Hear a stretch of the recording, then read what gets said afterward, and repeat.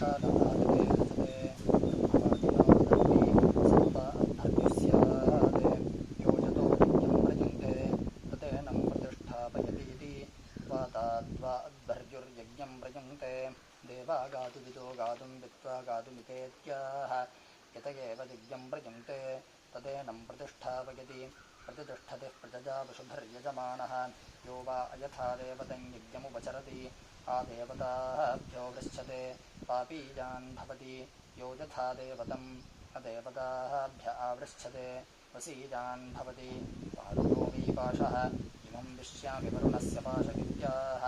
वरुणपाशादेवैनां मुञ्चति सपितरः प्रसूतो यथा देवतम् अदेवताभ्य आवृच्छते वसीयान् भवति धातुश्च दोणो सुकृतस्य लोकजित्याः अन्तिर्वै धाता पुण्यं कर्म सुकृतस्य लोकः अग्निदेवैनां धाता पुण्ये कर्मणि सुकृतस्य लोके दधाति स्योनं मे सहपत्या करोमीत्याह आत्मनश्चकितमानस्य चानात्यै सन्त्वाज समातुषा सम्प्रजतेत्याह आशिषमेवैतामाशास्ते पूर्णपात्रे अन्ततो नुष्टुभा चतुष्पुत्वा एतच्छन्दः प्रतिष्ठितं पत्रिकै पूर्णपात्रे भवति अस्मिन् लोके प्रतिष्ठानीति अस्मिन्नेव लोके प्रतिष्ठति अथो वाग्वा अनुष्टुके वाङ्मिथुनम्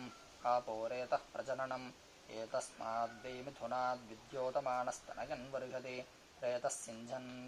प्रजाः प्रजनयन् यद्वै यज्ञस्य ब्रह्मणा युज्यते ब्रह्मणा वै तस्य विमोकः तद्भिः शान्तिः